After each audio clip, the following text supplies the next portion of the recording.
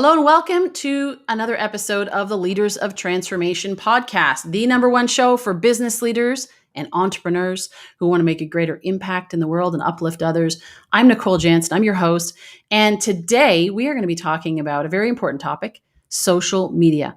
And we have a wonderful guest here to talk about that because Adam Gray is, he's started in social media right in the beginning. He's been doing it ever since.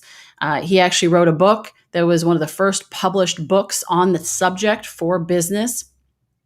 Adam was also globally a top 10 influencer on social selling, content creation, content strategy, and digital transformation. And so we're just going to have a really great conversation here. And if you are watching live, post in the comments, tell us where you're watching from. If you have questions or comments along the way, please do a shout out to us. We'll make sure that we get those addressed here. Obviously, we're all trying to figure out how to use social media. It changes. Even when you think that you had it all figured out, then the algorithms change, dynamics change, customer needs and requirements change. And so I'm just really excited to have Adam here who can start to help us unpack this and understand how to use it effectively for business success. So Adam, welcome. We're glad to have you here today. Thank you. It's lovely to be here. Well, it's lovely to be here as well. And I just, it's funny. I just, as you said that, it reminded me of, I forget who the speaker was, who said, it's great to be here today. Well, it's great to be anywhere. So today, anyway. Absolutely. Well, I had a little deja vu there, but anyway, so yeah. For those of you that are listening also, it's funny because I've had people ask me recently, especially, they say, Nicole, you podcast. We know you've got a successful show. What do you actually do for a living? Is that your business or do you do something else? And certainly I have owned businesses and been in business for myself for over 30 years. I currently coach and train leaders. So I just want to mention that's actually what allows this podcast to be free of commercials, is the fact that my coaching and training company is actually paying for it. So if you are looking for coaching in the area of leadership, business, transformation, not social media, that's where you go to Adam for that. But in terms of strategy and mindset and so forth, what I encourage you to do is go to leadersoftransformation.com/coaching, and you can learn a little bit more about the coaching that I provide. And you can book a free consult with me and we can talk through your specific situation. So with that being said, one more thing I wanted to do is I wanted to do a shout out to Tim Hughes. I was on his show and Tim is Adam's partner in business. And so Tim actually introduced us. And so thank you, Timothy, for that. Really appreciate it. I always like to acknowledge those that are supporting this show. So with that, Adam, let's dive in and talk about social media. What is unique about the way that you teach social media? Okay, so I think that before we talk about how we teach social media, it's worth understanding what begets success in social media. So I think we as a society, both the US and the UK and most countries in the world, seem to think that success is predicated on knowledge. And there is an element of that, of course. And most social media training that we have experienced in the past is about transferring knowledge. So here's what I know, and I will tell you what I know. Then you'll have all the tools that you need to go and be successful in this space. But our experience, particularly at a corporate level, is that I tell you everything you need to know. I share my knowledge with you. I equip you with all of those tools so you can go away and be successful, and then you don't use them. So actually, this is not about teaching you the top 10 tips or tricks or my secrets to success or any of that. This is absolutely about getting you to behave differently. And when people start to grasp the fact that my success in the social space is absolutely based on what I do as an individual. So if I post more, if I connect to more people, if I share more interesting content, if I engage in more conversations, I am more successful. And when I stop doing that because I know what I need to do, but I simply don't do it anymore, then my success wanes. So we see ourselves, although we are in the social media space and we transform how businesses behave, We see ourselves really as a change management company. We change how people behave. And from the social media perspective, because social media is about conversations, if you're in sales, that's conversations with prospects and clients. If you're in human resources, that's about conversations with people that might come and work for the business. And so much of this is about mobilizing the people across the organization. And I often use IBM as an example. Not because I'm anti-IBM, but simply that they're a large company that, like many large companies, doesn't do this very well. So IBM has 350,000 staff. IBM has, I think, 10 million followers on LinkedIn. IBM posts content regularly on its social media properties. So let's say it's LinkedIn corporate page. IBM gets generally less engagement on its posts than I do when I post something on LinkedIn, even though it's got 10 million followers and I haven't. And the reason for that is that social media is social. This is about forging relationships. We all have influence with our particular audiences and the people that know us and like us and trust us. And corporates tend not to have that, whether it's a big company like IBM or a little company like the LA Ignite. We don't have that relationship as a corporate that we have as individuals. And the hidden gem for organizations is to mobilize all of the staff to be influential and engage with their audiences. So you might have 1,000 connections and I might have 1,000 connections, and your 1,000 connections will be largely different to my 1,000 connections. And our cooperative business should be trying to mobilize those 2,000 connections to see us, you and I individually, as the conduit into the business. And when businesses think about that as a delegation of audience rather than trying to contain it and manage it centrally, that's where the big win is. And that's why your life partner, your best friends, the people that you went to university with, the people that you've worked with in the past, they hang on your every word. And when you post something and say, I think you should check this out, those people engage with that content, appreciate that content, consume that content, and believe that content. When you as a corporate say, here's a new product and service we have, nobody listens, because every corporate, every business says our product's good, you should buy it. And this leveraging the relationship is the key part of social media, and that's the social bit. So we create frameworks within which organizations can do that, mobilize their staff to build networks, engage those networks, and ultimately form relationships which may lead to a commercial conversation. Got it. Well, I'd love to think that people hang on my every word. I'm not sure that they do or not, but I get the concept and what you're talking about with it's kind of like broadcasting versus connecting, and a lot of it social media. I think of Jeremy Scrivens, who said, social media is supposed to be social, like you said, but a lot of it is actually broadcasting. You're just putting the information out there. Absolutely. Yeah. Absolutely. And we kind of joke about this, but it's like, we've created a glossy brochure and we put it on the stand and nobody takes it. We email it to people and nobody opens it. We put it on the website and nobody downloads it. Why are people going to all of a sudden lap it up when you put it on social? Well, they're not, Yeah. of course. Yeah. And I think Yeah. organizations are starting to realize that. And typically when a corporate uses its corporate profile to push that kind of content into the marketplace, invariably the overwhelming majority of engagement that the content gets is from people within the organization that are angling for a promotion rather than from people that could be customers or prospects or amplifiers of the message or partners or whatever. So it's a failing way of thinking. And so often what we need to do is we need to draw a line in the sand and say, in many ways, the new world of social is about going back to what we used to do. So, 50 years ago, I would have met you at a business event. We would have struck up a conversation. We would have had a coffee. We would have said, yeah, we kind of like each other. Let's kind of develop the relationship and see if we can work together. And that's how business was done. And social enables you to have the same degree of intimacy, but have it at scale globally. So typically, we've never met.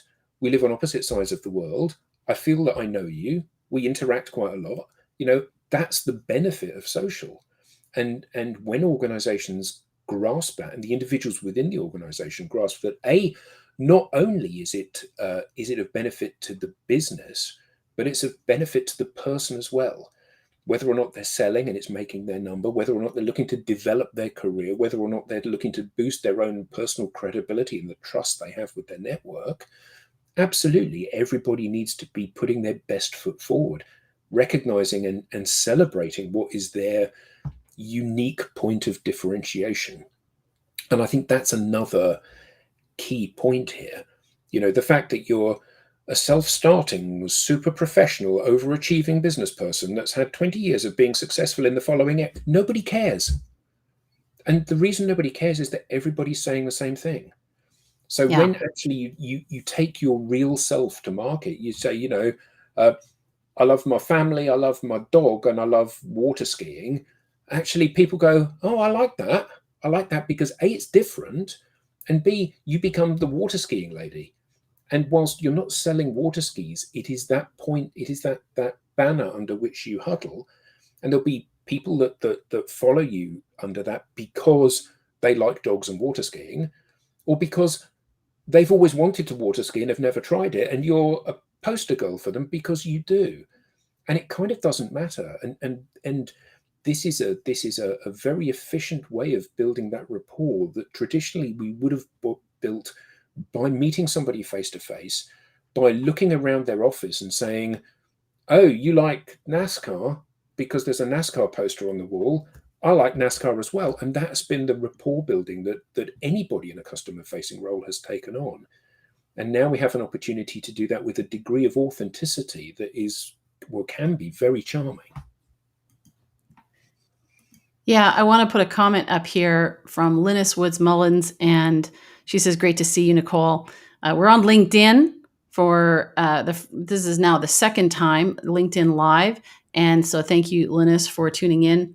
Shout out to her as well. She's been a guest on this show, and she does it really, really well. What you're talking about, she has a huge following online, and she does it really well, where she encompasses her lifestyle into the social media interactions, and people know her, they know her family, they know what she's passionate about, and so she does it really, really well. So a shout out to her. Thank you for watching. So I want to talk about Adam, what you said there. It sounds kind of like obvious, like, hello, we used to do this. We would go to networking events and we would interact and we'd get to know each other and build rapport. Yep. And social media was just like the digital version of that, but it kind of got skewed. And one of the things that I notice, and I've even been encouraged to do it at times, is to delegate that task, because it takes a lot of time to handle social media, especially with all the platforms that are out there. And so I know you talk about the fact that delegating social engagement is actually a really bad idea. Mm. And so for all of those that are listening out there saying, you know, go hire somebody, they'll take care of it for you, they'll learn your voice and talk on your behalf and so forth. Tell us why that's not the way to build our brand.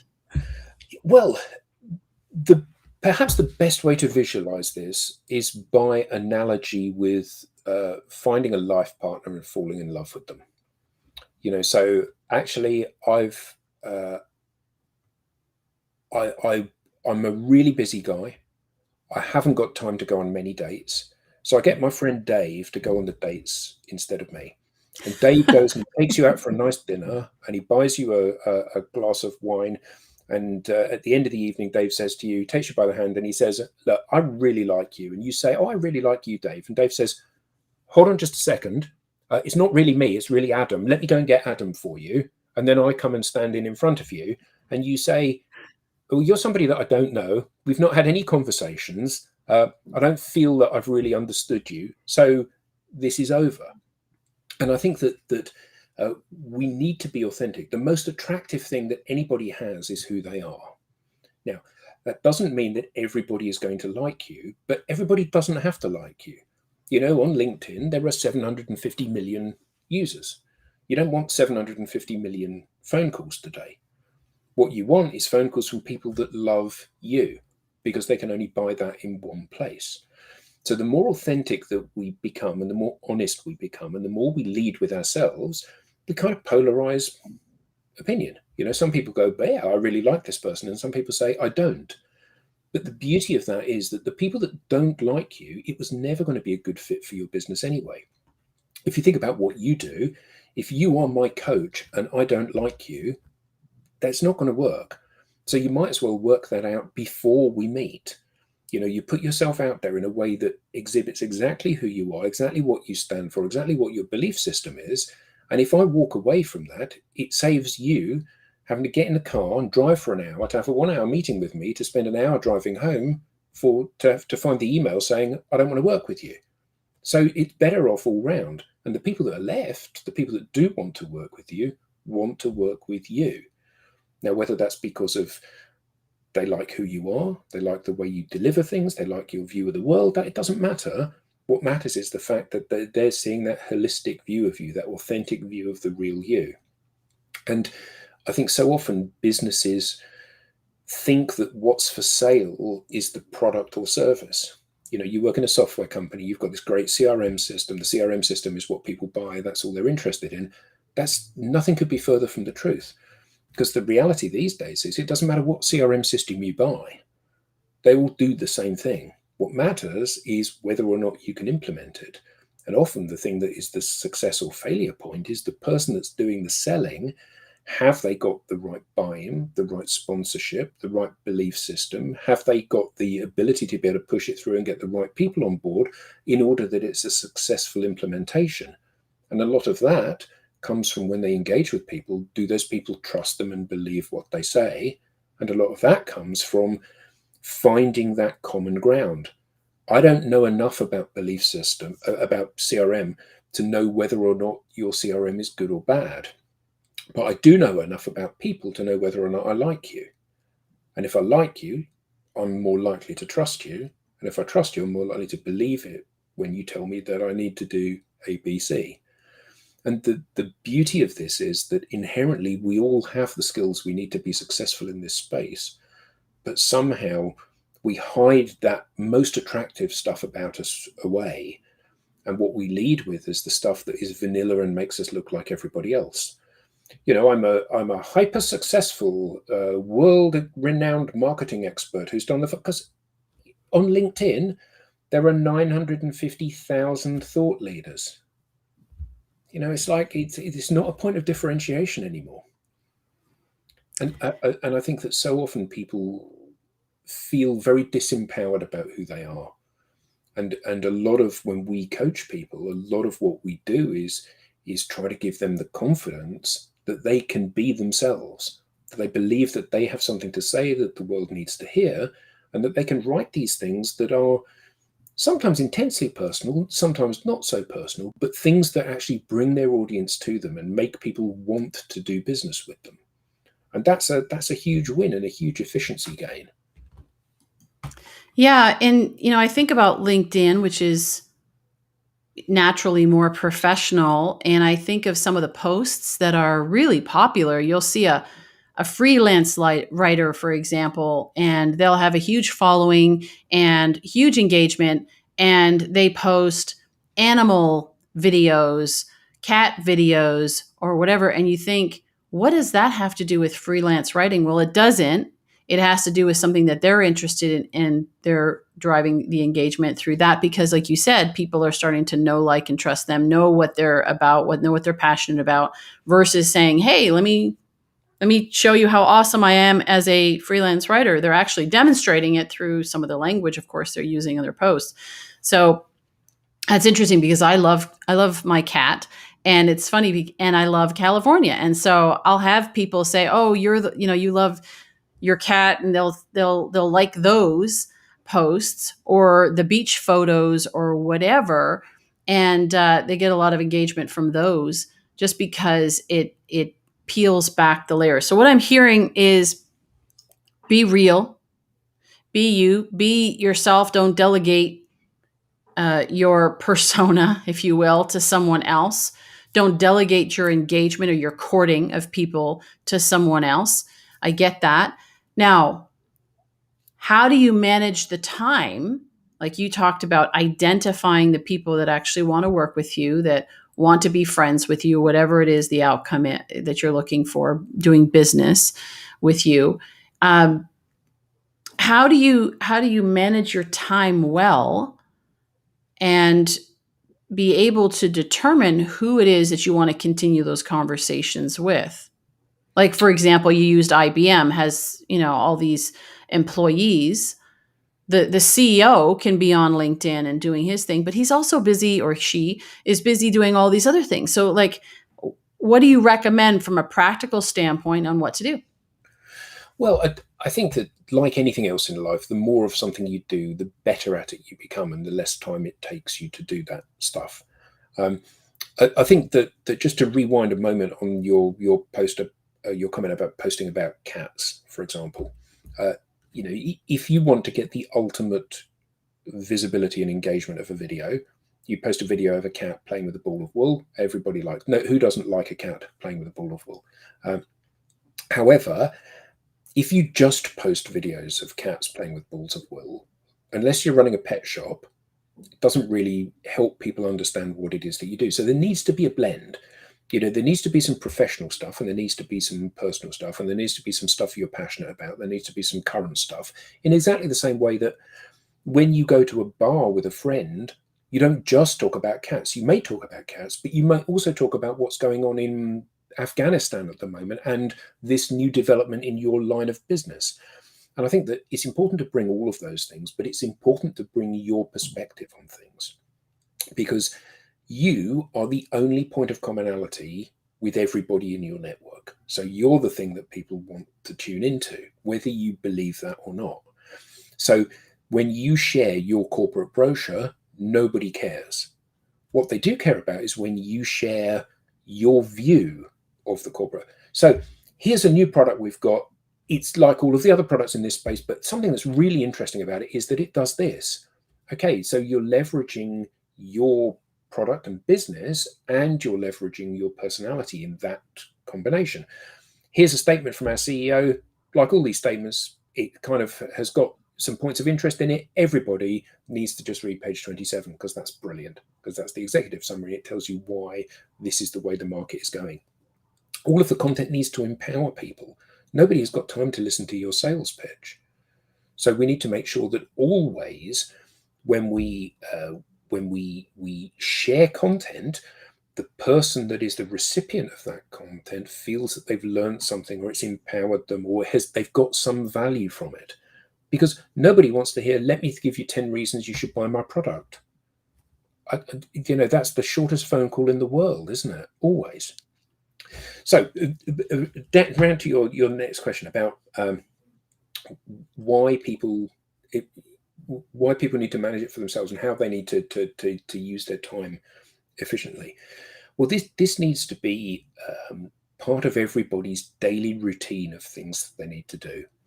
You don't think to yourself, how am I going to squeeze in time to have a sandwich at lunchtime? It's part of what you do in order to keep going.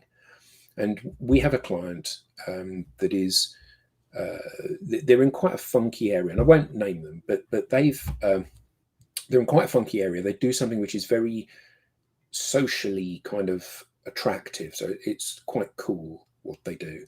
And their managing director said, we are not just a company that does this, we are a media company as well.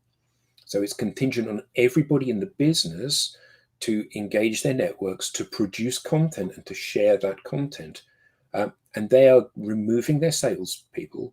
They are removing many of the functions that they've had, and they're relying on each of the people to become their own hub for promoting the business. Here's an interesting job that I was doing in the mountains of Colorado. Here's an interesting job that I was doing here. And sharing the videos and the visuals from that and the story from that, in order that people can buy into what it is the business does. And it's that newsworthy stuff that is making them so successful in this space. So If your job is selling stuff, well, this needs to be where you spend your time, because this is how you're going to develop conversations, win people's trust, and get to the point where you can pitch your products and services to people. Because you can't do it by cold calling, particularly not in a time of COVID when no one's in the office. So yeah, you can find my phone number, but I'm 100 miles away sitting in my home office, not at my desk anymore. So it's very difficult to do that.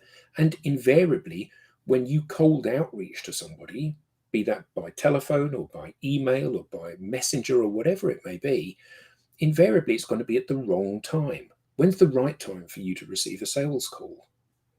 Never. You want to be in the driving seat. So the great thing that social enables you to do is I'm able to get you into my network. I'm able to get you to build a digital bridge from me to you, so that there's a chance that you can see more and more of my content. And then I publish content regularly. So I'm maximizing the chance of you seeing my content at the point that you realize you have to take an action to do that. And then I become the obvious choice. There's that serendipitous moment. I need a life coach. We end up on a webinar. I think to myself, yeah, of course, Nicole, why didn't I think of that? Well, the reason that I didn't think of that is that people are generally stupid. Well, they're not idiots, but they're too wrapped up in sorting out their own problems to worry about remembering your brochure or your name or anything else. So we have to keep showing ourselves to those people, but not in a way that it's just pitch after pitch after pitch, because that's a way to get blocked. So we need to program people to see that engaging with me and consuming my content is a valuable thing. I've got a million nuggets of greatness that I can share with you, and every day I'm going to share one of those nuggets. So you view my content and you go, oh, that was good. And then the next day you view my content, you go, that was good. And the next day you see my content and you think, am I going to watch that? Well, the last two were good, so the chances are this one will be good as well. And I can make sure that you build the habit of consuming my content. And that's what we all need to do. We all need to be media producers in our own right. And a huge number of salespeople that we engage with say, but I'm not an expert at this. I'm just a salesperson. But that simply isn't true. You may not be a technical expert on the product because you're not a technical expert. But what you are an expert at is building the bridge between your client or prospect's problems and your solution. And that's the bit that the client cares about. The client doesn't care whether or not it's got a red button or a blue button, or it can have 100 or 1,000 different fields in it.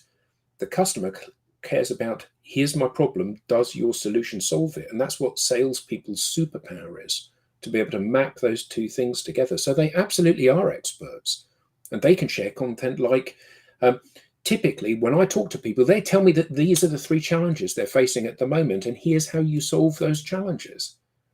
What person doesn't want that kind of insight? If it's relevant. Yeah, If absolutely. it's relevant, but the thing about that is that I'm not phoning you up like one of those dreadful sales calls or dreadful messages that says, I specialize in ABC. I'd like to spend half an hour on the phone to you explaining how I can help solve your problems. How dare you? You don't know what my problems are. You don't know anything about my business. You don't know anything about whether or not we have a solution in place for this. But if you share your ideas, here are the 3 challenges every business needs to overcome in 2021. You might read those or you might not, but the power is in your hands. So you Yes. don't feel that you need to put up a barrier. You can glance at it and go, that's not relevant for me, I'll move on. But it's not like me getting in your face and forcing myself into your line of sight. And that's why, and I think we all would agree that the longest 18 seconds since the beginning of time is that moment that you press play on the Google video clip you want to watch, and there's an advert at the start. It Yeah. just goes on forever. Yeah. And the more of that companies do, the more they build a barrier between themselves and their customers. Because I want to watch the video. I don't want to watch your promotional thing. Yeah. I want to share a quote here or comment from Martin. Thank you, Martin, for tuning in. Yeah, He thank you, said, Martin. great information. So glad you're enjoying this content. I am enjoying this. This is fantastic. Adam, thank you so much for this. And Pleasure. when you talk about when you talk about the 18 seconds, the eternity in that ad, Mm. um, I find that oftentimes those ads also redirect my attention somewhere else. So here you are, you've made all this effort to get me to watch this video, and with all the marketing and production and so forth, and then you redirect my attention to some ad. It's kind of why I don't have commercials in my podcast, because I don't like listening to commercials Yeah, in my, that I haven't asked to watch, like we're talking about here. And so I don't want to subject my listeners to that either. So, but I want to talk about, before our time is up here, I do want to ask you about this, because there are three categories of people online that you talked about when we spoke previously, that we can be connecting with. So we've been talking a lot about customers, which are the buyers, but yeah, there's also the other groups of people. And so just give us a sense of how can we approach, not just, okay, can I get a customer, can I get a customer, can I get a customer, is this person going to buy from me? But there's more to it, there's more opportunity there, the one to many, if you will. Can you talk a little bit about yeah. that? So, well, there are lots of facets of being successful in terms of building a pipeline and opportunities online. And certainly, what we all need is, if we're trying to develop a business relationship with an organization, we need to have adequate coverage within that organization. If you're trying to sell into a company of 50,000 people and you're connected to two of them, it's unreasonable to assume that any of those people are going to see your content, because there's very little conduit, there's very little connection between you and the business. So we all need to have a reasonable coverage within that business. And What's a reasonable coverage? well, that depends on how much time you have and how open the business is. If you're trying to connect into professional services like a law firm, it's much harder to develop a conversation with someone than if it's maybe in a tech company. But what I know for certain is that it ain't two people. So we need to get the biggest coverage that we possibly can. And generally speaking, I would segment people that I would connect to and develop some sort of relationship with online into three categories. So there's people that could become customers, so prospects. These are the buyers within an organization, somebody that I would need to influence, somebody that I'd need to get to sign the purchase order. There's influencers, so people that are influential in that purchasing decision. So that could be somebody that isn't directly responsible for signing the paperwork or commissioning the project, but somebody that might have a hand in commissioning that. So those are the people that surround those prospects. And lastly, there are amplifiers. So people that engage with your content. So we've all got those people in our networks. People that like every post, people that we seem to have great rapport with online, people that would never buy our product because they're not the right profile for us. They're not in the right country. They're not in the right industry. They have no need for what it is that we offer. However, those people themselves have networks, and if they keep engaging with your content, then that content gets pushed out to some of the people in their networks who may well be buyers or influencers for their companies. So I guess that the byword for this is that you just got to be nice to people. If you post something and people engage with it, you should engage those people in a conversation. Hi, Nicole. Thanks for liking yesterday's post. I really appreciate it. Hope you're having a good day. Because it's a nice thing to do. And one of the things that I know is that if somebody does that for me, if I leave a comment or a like on somebody's post and they send me a message, not with any apparent motive, not can we have a call or can I interest you in what it is we do, but just saying thanks for that, I'm more likely to engage, well, to notice them and engage with their post the next time they post something. And for each of us, we want to be building a sense of community around what we do. And those amplifiers, those people that are champions for our content and are very supportive of us, are really important people in that process. So, generally speaking, I would say uh, within the companies that you want to sell to, you need to have a good coverage. And anybody that engages with your content, you want to strike up a conversation with them because they've demonstrated that they want to engage with your content. And why would you not want more of that? And there's such a great sense of reciprocity here. Yeah. If I want you to notice me and I want you to engage with my content, the best way that I can get that to happen is by me noticing you and engaging with your content. Because if you post something and I like it, and you post something else and I comment on it, and you post something else and I like it, there comes a point when you look at me again in your notifications and you say, who is this guy that keeps liking my content? Obviously, he really likes the stuff I post. And then you look at me. And Yeah. if you've looked at me, you're more likely to see me when I show up in your newsfeed. Yeah. And this is just basic psychology, really. Yeah. Yeah. So I have one more question before we go, Mm. and then we'll wrap up. But this has been it's been helpful, and I hope it's helpful to our. I know it. I'm sure it will be to our Yeah, audience as I hope well. so. So thank you. Um, One last thing, because I know that this has started to grow. Seeing it grow in popularity, especially over the last couple of years. Are private social media platforms. Now, I know you're big on LinkedIn. Personally, I spend a lot of time on LinkedIn and on Facebook, not so much on Instagram, not on TikTok and all of that yet. I kind of like focus on certain ones. I know you're also big on Twitter, but these private social media platforms where it's like private communities. What are your thoughts on these private communities? And if they're valuable, how would we go about moving people from a Facebook, LinkedIn to that platform? So do you mean networks like Slack, for example? Yeah, it could be Slack. There's also Mighty Networks that like there's platforms where you can build your own social media and or your own private community platform. So people are trying to get people off, like they're getting off Facebook, getting onto these private communities that of people that obviously at that point would know, like, and trust. So it's kind of like taking the wider pool and bringing it down to into here. This is a platform where we can engage, and I can engage you further with courses and events and groups and forums and all that kind of thing. Yeah, I mean, I think the best network is Facebook. Okay. And the best network is Facebook because A, all the people you love are there, Hmm. and B, it's got 2.4 billion users. Right. And scale is a really big thing. And how important that is to people is a really big thing.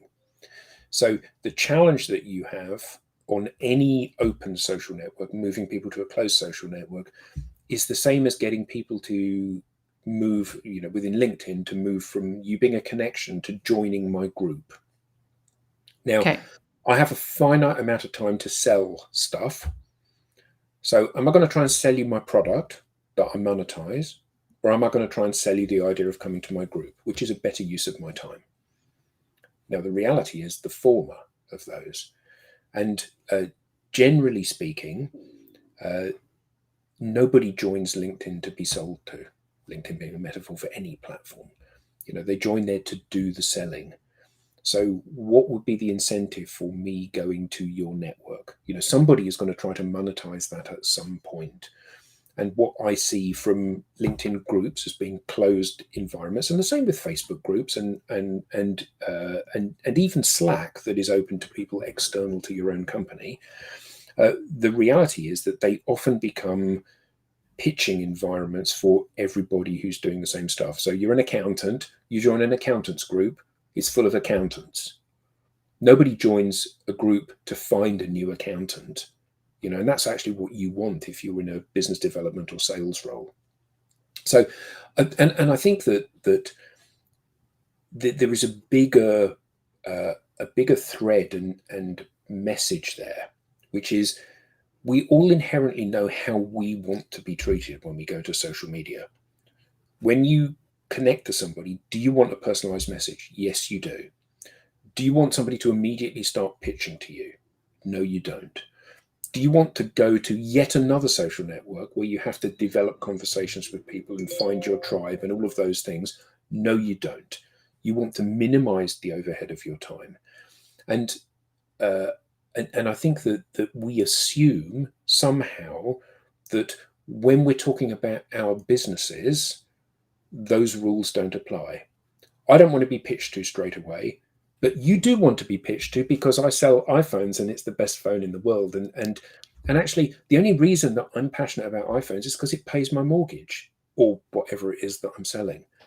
And my passion is not shared by you because you're too busy selling printers because that's what pays your mortgage.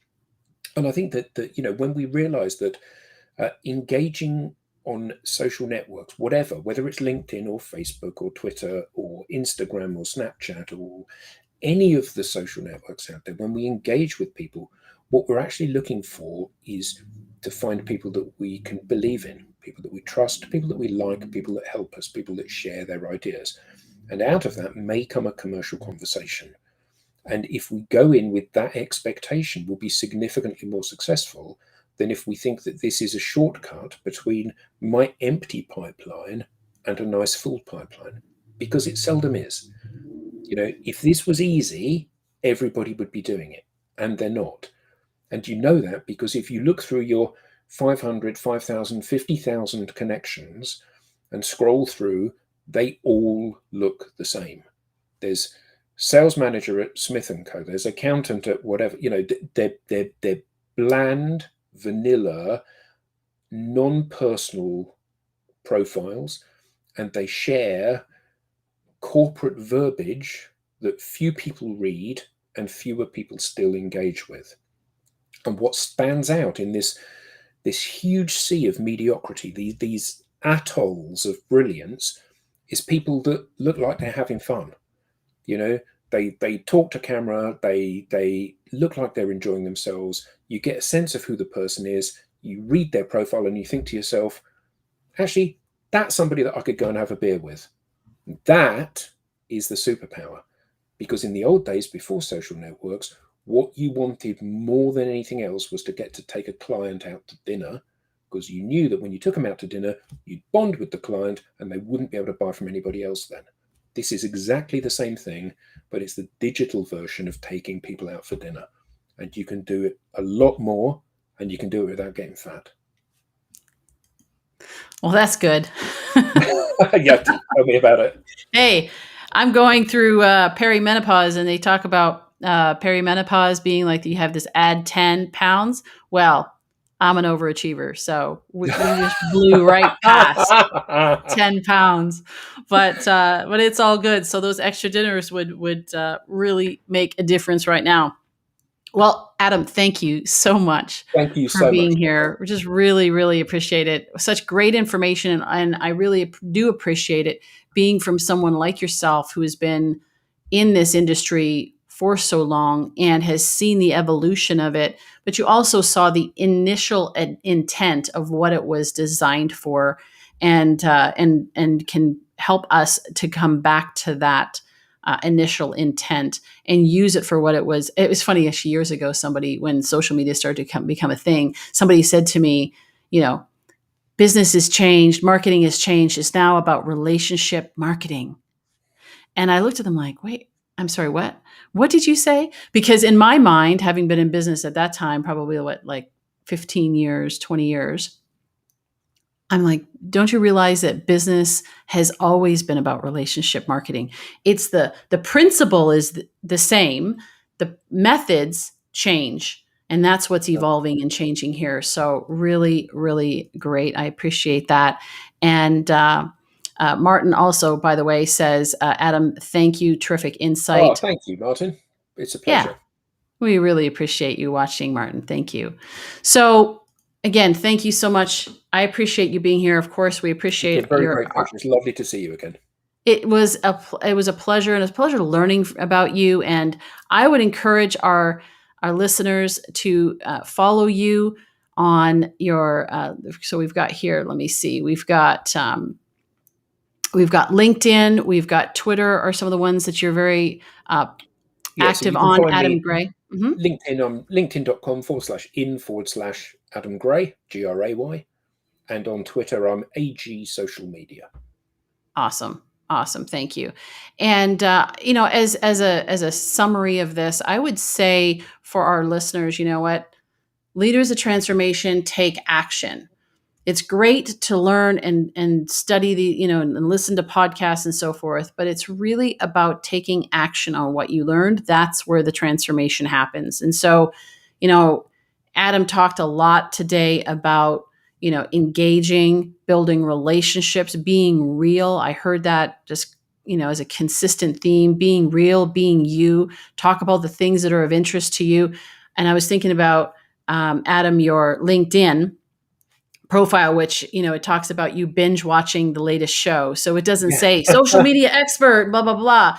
You're having fun with it there. And so people get to know a little bit of your personality, and you're demonstrating, you're practicing what you preach. And so I love that. I encourage, as I said, to our listeners to, take action on what you learned, try it out, maybe even going and following Adam, and just even from the sake of just understanding and seeing what he's doing, and how he's doing it. So you can dissect people that I think about for myself when I go on social media.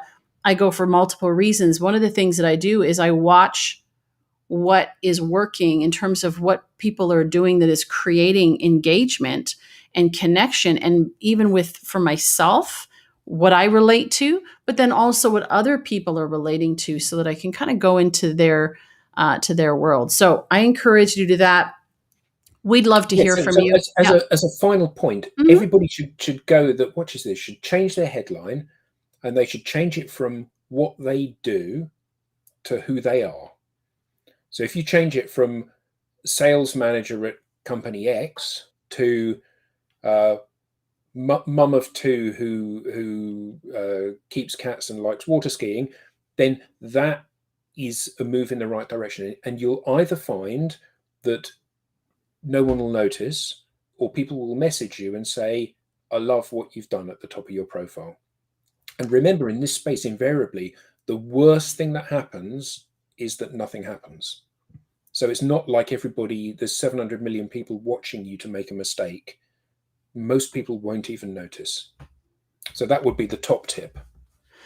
One quick question on that, Mm. because I know that those titles are actually also used for search engine. Now I know they have their functions on LinkedIn that, you can put your services in a different area, a different section.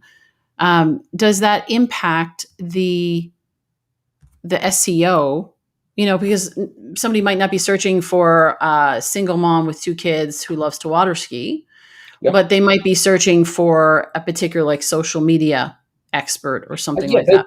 they might well be searching for social media expert. I haven't run the search recently about how many social media experts there are on LinkedIn, but I imagine that there are probably a million, let's say. So I'm literally one in a million. So the issue is not being found like that. Nobody goes to LinkedIn, searches for something, and says, "Oh wow, yeah, you're a coach. You'll do nicely," because actually that's not how people buy, not the sort of services that we sell or indeed you sell. So invariably, the way that you will be found is because somebody that has either deliberately or indirectly recommended you. So they've either said to somebody, I know a great coach, you need to speak to Nicole, or they've engaged with your content, and then somebody in their network has seen that engagement, has looked at you and thought, yeah, she'll do. I'll talk to her. So the challenge is not being initially found. The challenge is in being remembered once you are found. Because when I go to LinkedIn and I scroll through 500,000 profiles that all have the same headline on them, I need to find a way of standing out. And when I engage with your content or you look at the search results, what you see is my photo, my name, and that headline. So that headline has to work really hard. And uh, and the most, I say it again, the most valuable thing you have is who you are, not what you do. Today you're an accountant, tomorrow you're a salesperson, the day after that you're a life coach. Actually, it doesn't matter. What matters is who you are. And when you lead with that, there's something which is unique to you. That's where the power is. And when LinkedIn scrapes your profile and Google scrapes your profile as well, it sees it just all as a long page of text. So as long as you've got the things in there that you want to be found for, you will be found anyway. Got it. Adam, thank you. That was a great place, I think, to end that extra little Oh, a bonus pleasure. tip. And so I just really appreciate it. For our listeners and viewers, join us next week for another amazing guest. We have Ronnie Lieber, who is a keynote speaker. And I feel like now, of course, we need to change this because it's just telling you what he does. But he's a stadium host and 20-year trainer of for Tony Robbins. But to your point, Adam, what catches my attention when I see guest requests that come in is really about who they are, not so much what they do, because I see a lot of the same titles coming through, but it's who they are.